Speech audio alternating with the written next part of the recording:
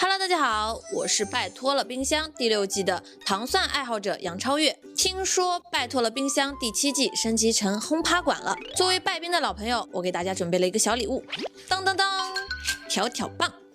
我给大家演示一下仙女玩法，这个我相信大家都小时候有玩过，就很简单。然后呢，就看你手抖不抖了。嘿，嘿，嘿，预备，趁他不注意的时候，不能让别的那个棒子感觉到，然后就把它偷偷的拿走。对，然后这样1个、2个，然后3个，对，就很简单。对，耶！希望何老师、加尔哥还有新冰箱家族的小伙伴们喜欢这个小游戏，祝大家轰趴开心！